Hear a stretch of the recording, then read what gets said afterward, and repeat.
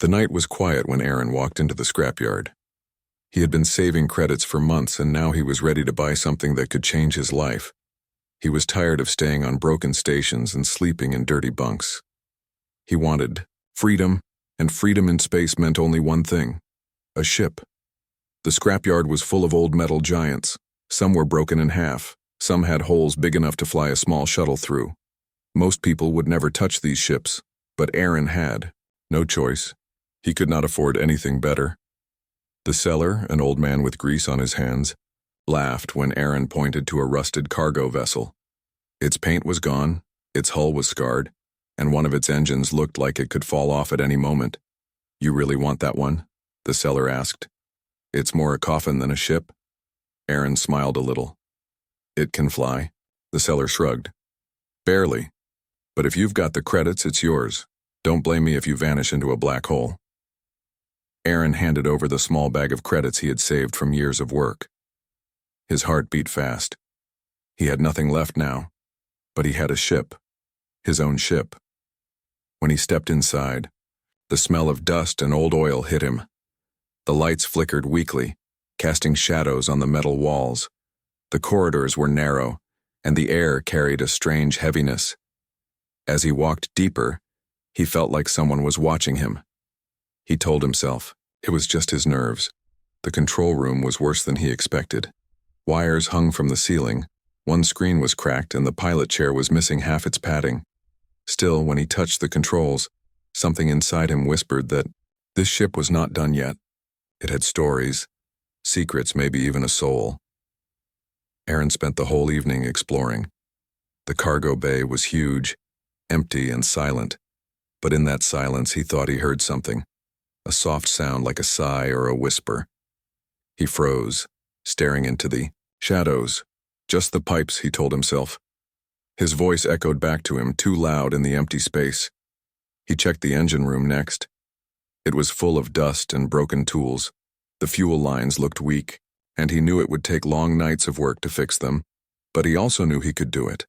He had fixed worse things before. Hours passed, and finally, he lay down on the small bunk near the cockpit. The bed was hard, the blanket smelled strange, but it was his. For the first time in years, Aaron closed his eyes inside something he could call his own, but sleep would not come easy.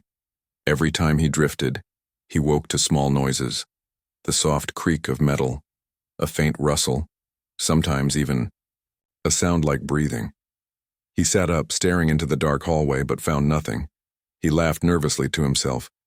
"I'm hearing ghosts already." Still, a feeling stayed with him, a feeling that this ship was not empty. Something or someone was here, hiding, waiting. He tried to ignore it, telling himself tomorrow he would begin repairs. Tomorrow he would turn this rusted shell into a home. Tomorrow his new life would begin. But deep in the silence of the cargo bay, unseen by him, a pair of eyes watched from the shadows. A small figure pressed close to a taller one, both holding their breath. They had hidden here for days, maybe weeks, hoping the ship would never be sold. Now, their fate had changed. The ship had a new owner, a human who did not yet know that his simple purchase would lead him into danger, into choices he never imagined, and into a bond that would change his heart forever. The second night inside the ship was colder. Aaron sat in the cockpit trying to make the screens work. He managed to bring a few lights alive, but most systems blinked out again. His stomach growled, and he ate the last pack of dry rations he had.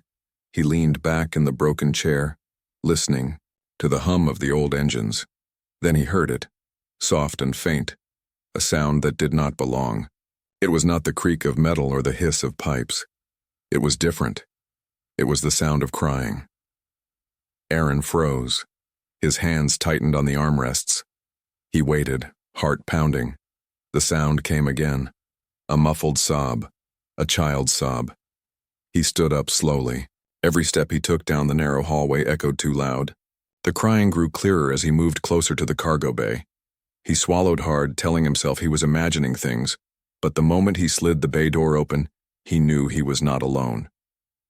In the far corner, hidden behind broken crates, two figures, huddled together, A woman with strange glowing markings on her arms held a small child close.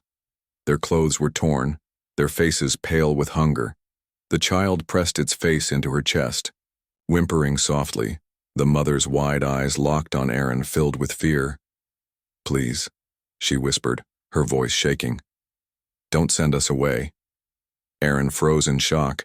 He had expected rats or maybe broken machinery, but not this. Not a living family hiding in his ship. The mother's alien features were clear now. Her silver hair shone even in the dim light.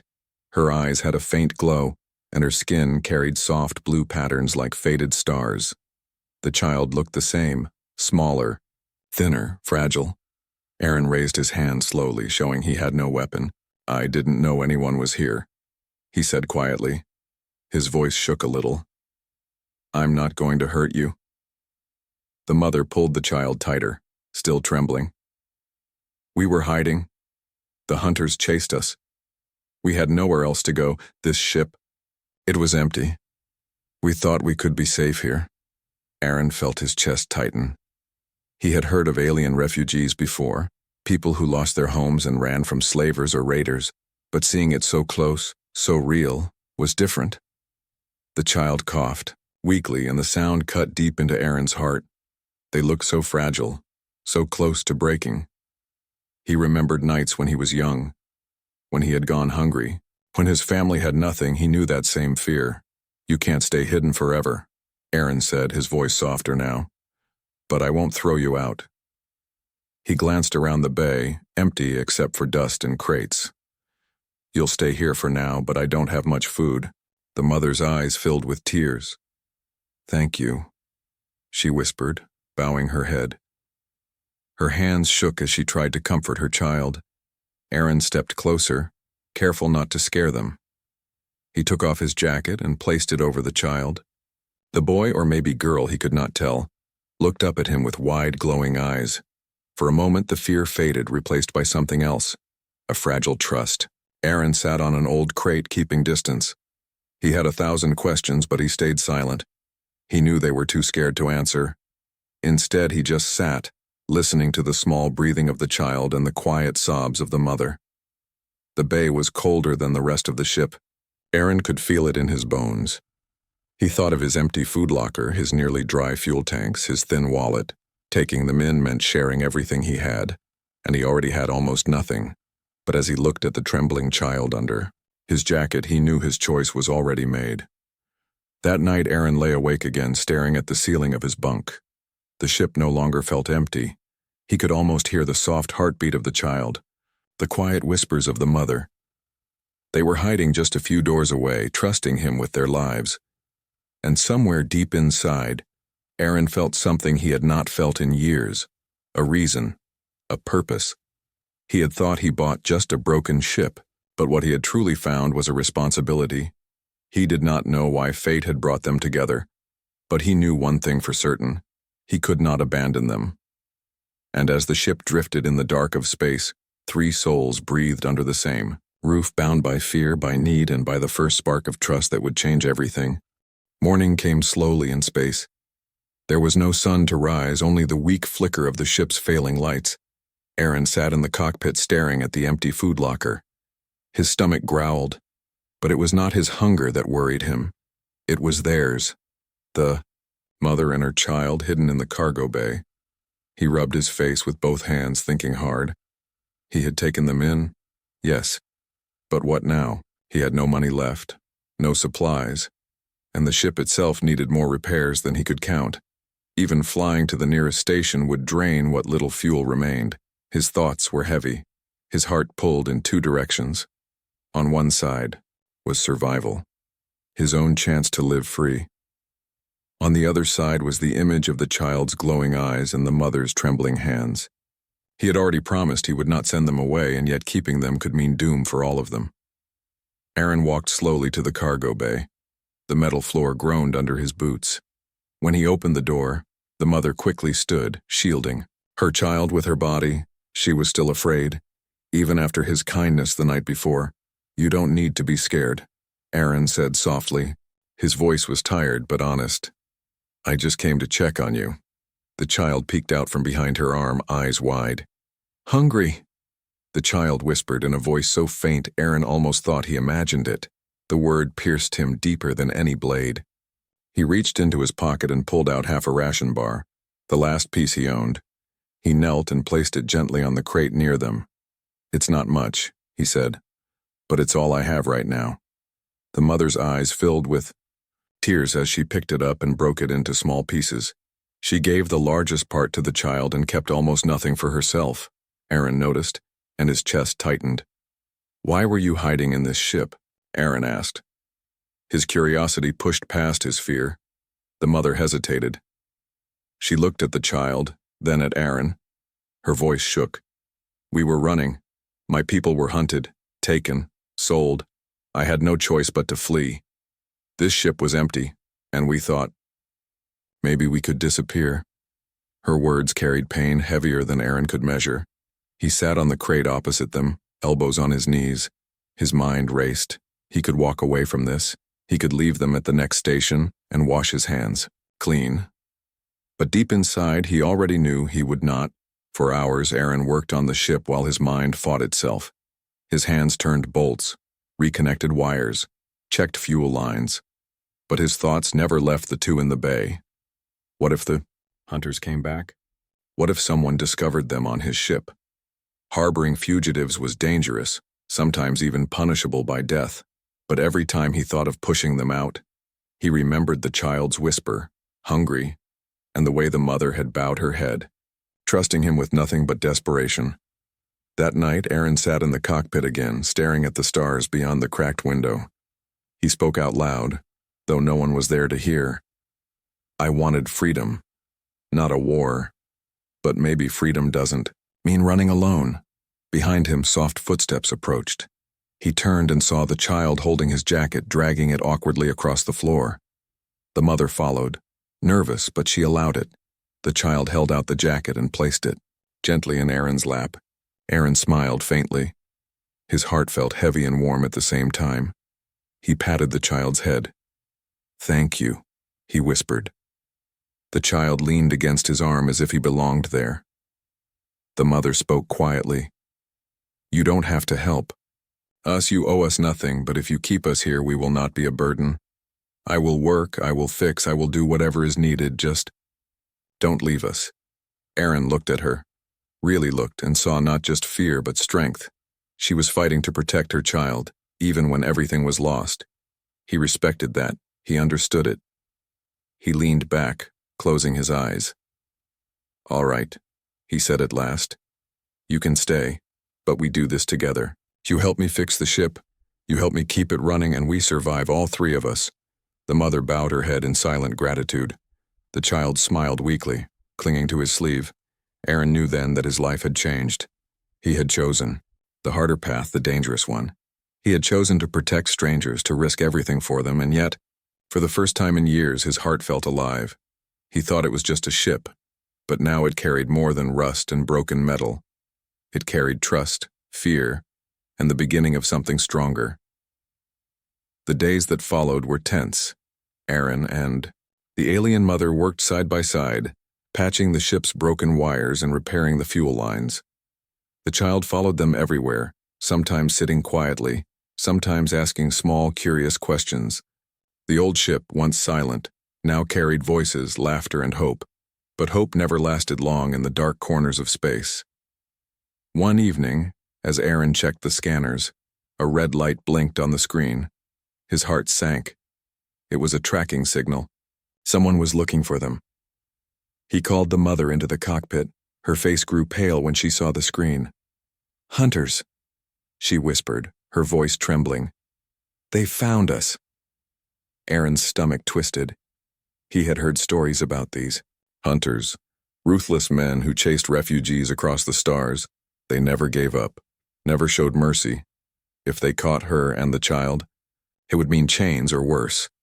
The mother grabbed her child, holding him close. Her eyes darted to Aaron. "You should leave us.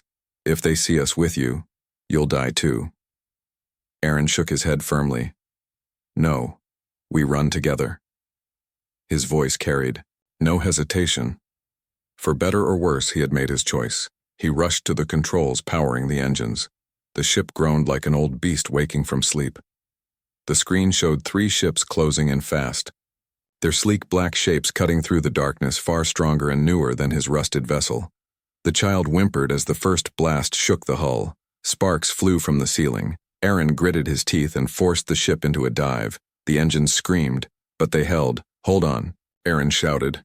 His hands danced across the controls, guiding the ship through an asteroid field. Rocks spun past them, some so close they scraped the hull. The hunters followed, their lasers flashing red across the darkness. The mother clutched her child with one hand and grabbed the co-pilot seat with the other. Her eyes never left the hunters on the screen. "They won't stop," she whispered. "They will chase us until the end." Aaron's mind raced. His ship could not outgun them, it could not outrun them either. But maybe, just maybe, he could outsmart them.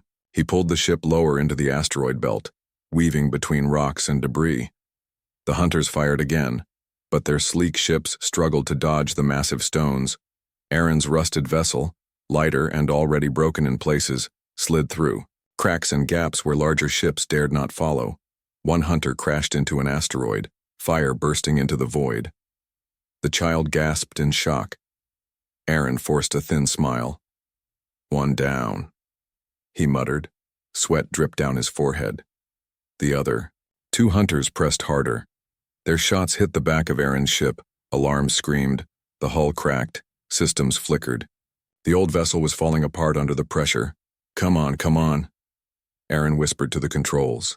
His hands shook, but he refused to let go. He dove again, this time deeper into a narrow tunnel of rocks. Sparks filled the cockpit as the ship scraped the sides. The mother shouted, "We'll be crushed." Aaron shouted back, "Trust me." With a final push, he slammed the engines. The ship burst out the other side of the tunnel, leaving behind a storm of rocks. One of the hunters tried to follow but was smashed to pieces. Only one ship remained, still on their tail, Aaron's chest. Burned with exhaustion, he was running out of tricks. His ship was running out of power. He looked at the mother, then at the child curled against her chest. Fear and hope mixed in their glowing eyes. He could not fail them. Not now. An idea came. To him, reckless and dangerous, he turned sharply toward a nearby gas cloud thick with lightning storms. "If we go in there, the sensors won't work," he said, "but it might tear the ship apart." The mother's grip tightened on the child. Her voice shook, but she nodded. "Do it." Aaron plunged into the cloud. Thunderous flashes of blue lightning surrounded them. The ship rattled violently. Systems blinked on and off. Sparks rained down. For a moment, Aaron thought they were finished, then silence. The hunter's signal vanished from the scanner. The storm had blinded them. They were gone. Aaron slumped back in his seat, breathing hard. His body shook from adrenaline. The mother slowly lowered her hands from her child's ears. Her eyes filled with tears. "You saved us," she whispered. The child reached out and touched Aaron's sleeve, whispering one word. "Protector." Aaron's throat tightened. He had never been called that before. He stared out at the endless stars. His old ship battered and broken, but still alive. For now, they were safe. But deep inside, Aaron knew the chase was far from over. The hunters would return. They always did. The storm was behind them, but its memory lingered. The ship floated quietly through space, its hull scorched, its lights flickering. Inside the cockpit, Aaron sat slumped in the chair, his eyes heavy but his mind still racing. He had pushed the old vessel far beyond its limits, yet somehow it had survived. The mother sat opposite him, her child asleep in her lap.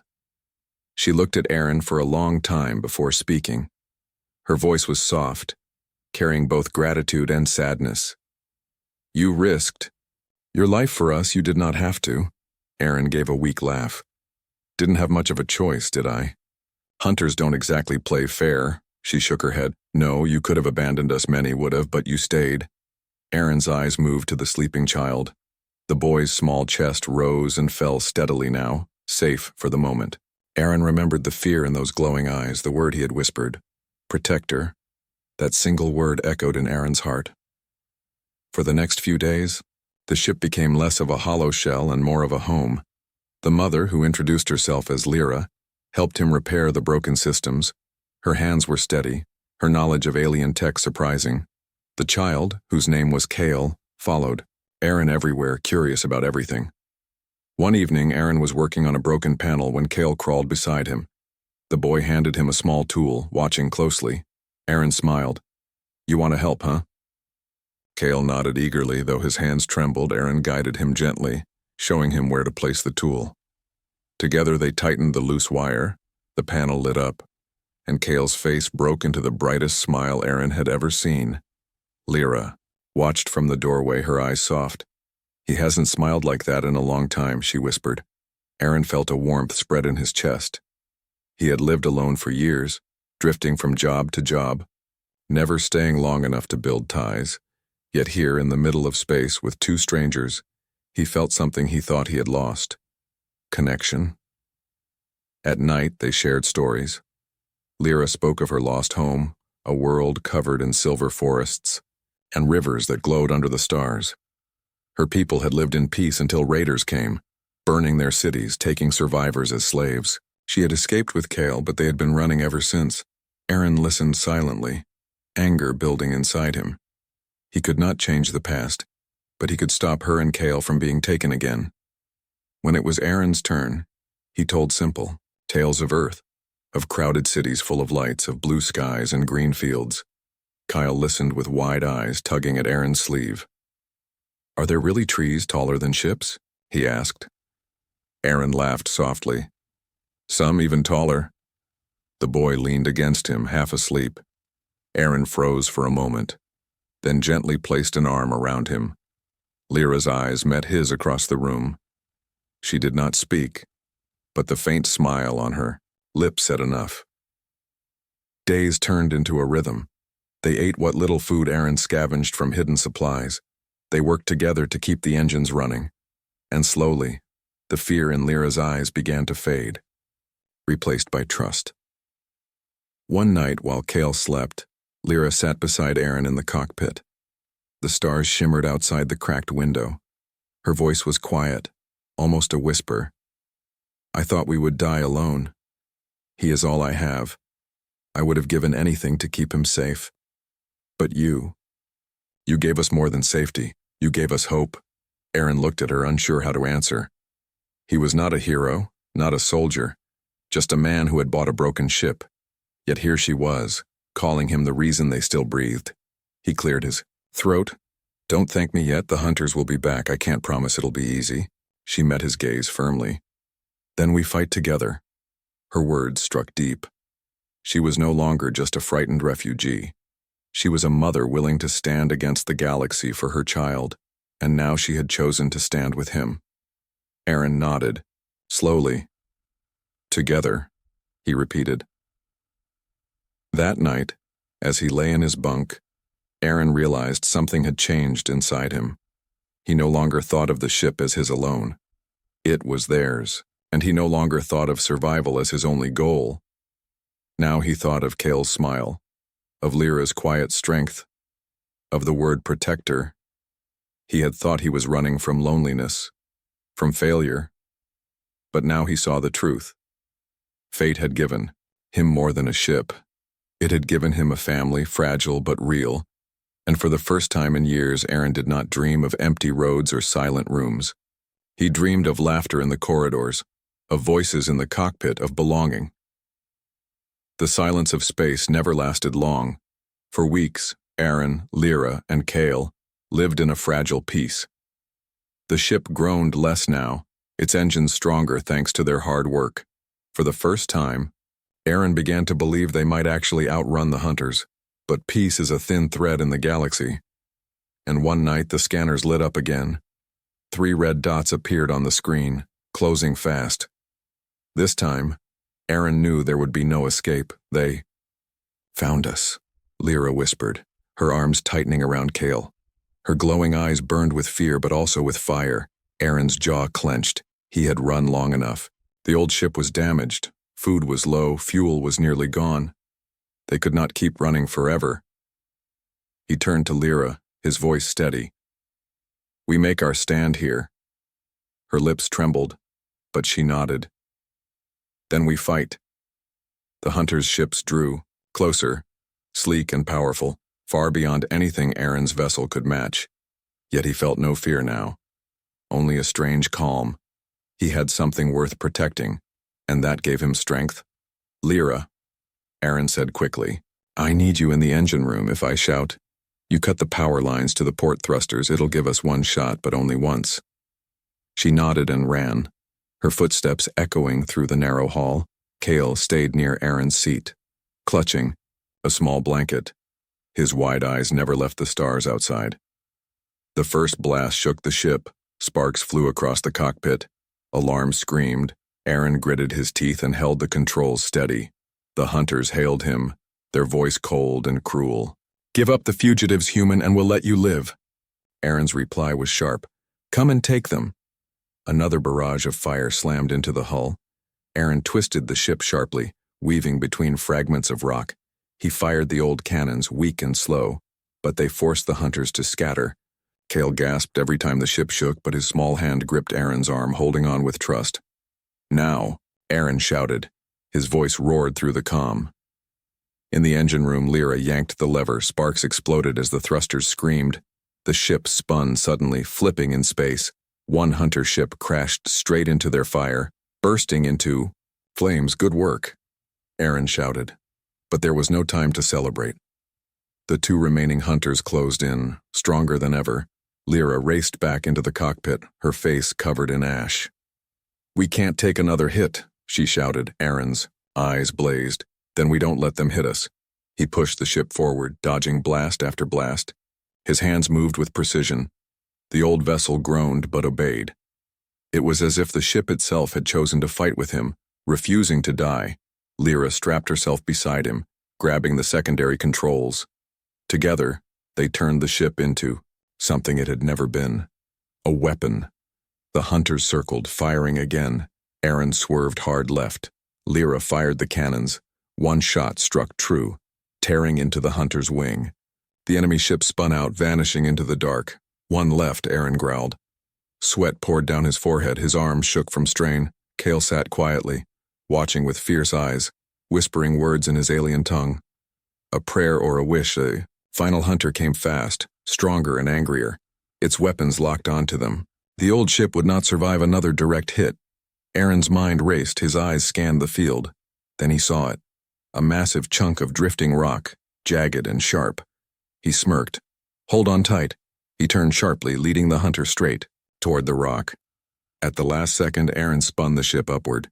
The hunter, too fast to react, slammed into the rock and exploded in a burst of fire. The cockpit filled with silence, broken only by Cale's gasp of wonder. Lyra covered her mouth, tears streaming down her cheeks. She whispered, "You did it. We're alive." Aaron leaned back, his whole body trembling. He laughed softly, the sound raw. "No," he said. "We did it. Together." Cale climbed into his lap, wrapping small arms around his chest. Aaron froze for a moment, then held the boy close. Lyra sat beside them, her hand resting lightly on Aaron's shoulder. The ship was broken, battered, nearly falling apart. But inside, 3 hearts beat as one. They had faced the hunters, not as strangers, but as family, and though Aaron knew danger would return, he also knew he would never face it alone again. The battle was over. The hunters were gone. Their broken ships floated as silent wrecks in the endless dark. Aaron's vessel drifted forward, battered but alive. Inside, the air smelled of smoke and burnt wires, but to Aaron, it smelled like victory. He slumped back in the pilot's chair, his chest rising and falling with heavy breaths. His arms ached, his eyes burned. But when he looked over and saw Lyra holding Cale close, relief washed over him. They were safe, at least for now. Cale climbed into Aaron's lap again, wrapping his small arms around him. The boy's glowing eyes sparkled with awe. "Protector," he whispered. The word cut deep into Aaron's heart. Stronger than any medal, stronger than any prize. Lyra sat quietly across from him, her silver hair tangled and her face smeared with ash. but her eyes glowed softly in the dim light. "You saved us again," she said, her voice trembling. "But more than that. You gave us a chance to live, to hope." Aaron shook his head. "We saved each other. You fixed the ship when it mattered. You stood beside me, and Kale—" He looked down at the boy in his arms. "Kale reminded me what I was fighting for." The words felt strange on his tongue, but true. For years, Aaron had lived without purpose, drifting from place to place, never belonging. Now, with this mother and child, he felt something he thought he had lost. Family. The days that followed were hard but different. Together they patched the hull, rewired the systems, and cleared the smoke from the corridors. The ship groaned less with every repair, almost as if it too wanted to keep going. Aaron taught Kale little human games to pass the time, simple puzzles. With nuts and bolts, the boy laughed more each day, his shy voice growing stronger. Sometimes Aaron caught himself smiling at the sound, a smile he had not known in years. Lyra worked tirelessly, helping Aaron in the engine room. Her strength surprised him. She was not just a mother clinging to survival, she was a fighter. When their hands brushed as they passed tools, Aaron felt a strange warmth that made him look away quickly. One evening, they all sat in the cockpit, eating the small meal Aaron had managed to barter from a passing freighter. The stars glittered outside the cracked window. Kale leaned against Aaron's arm, half asleep. Lyra's voice was quiet. "I don't know what our future is, but I know this. If you had not found us, we would be dead. You think you only bought a ship, Aaron, but you bought us time, life, and something even more. You gave us a home." Aaron stared at her. Words caught in his throat. He had never thought of himself that way. Never thought of his rusted ship as a home. But when he looked around, the laughter, the warmth, the fragile peace, he realized she was right. That night, as Aaron lay in his bunk, Kale curled up nearby, he felt Lyra pause in the doorway. She did not speak, but her eyes met his, full of quiet gratitude and something more. For the first time, Aaron did not feel like a wanderer. He felt like he belonged. Weeks later, the ship finally reached a small trading station. The docks were noisy, full of merchants shouting and engines roaring. Aaron felt the old urge to walk away, to disappear into the crowd. But then Kale grabbed his hand and Lyra stood close beside him, and he knew he could never leave them. They bought food, clothes, and a few spare parts, nothing grand, but enough to keep going. The traders whispered about hunters still roaming nearby, but Aaron no longer cared. Let them come. He was not running anymore. As they prepared to leave the station, Aaron looked at the nameplate of the ship, faded and broken. He reached for a piece of chalk and wrote new words across the metal. Haven. Lyra touched the letters with her fingers, her eyes soft. "A safe place," she whispered. Aaron nodded. "For all of us." The engines roared, and the ship lifted once more into the stars. Inside the cockpit, three souls sat together. No longer strangers, no longer lost. Aaron had thought he was only buying a broken ship. But what he had truly bought was a new life, not of loneliness, but of family, of trust, and of love. And as the stars stretched before them, Aaron knew one thing with certainty. Whatever waited in the galaxy, they would face it together, as protector, as mother, as child, as family.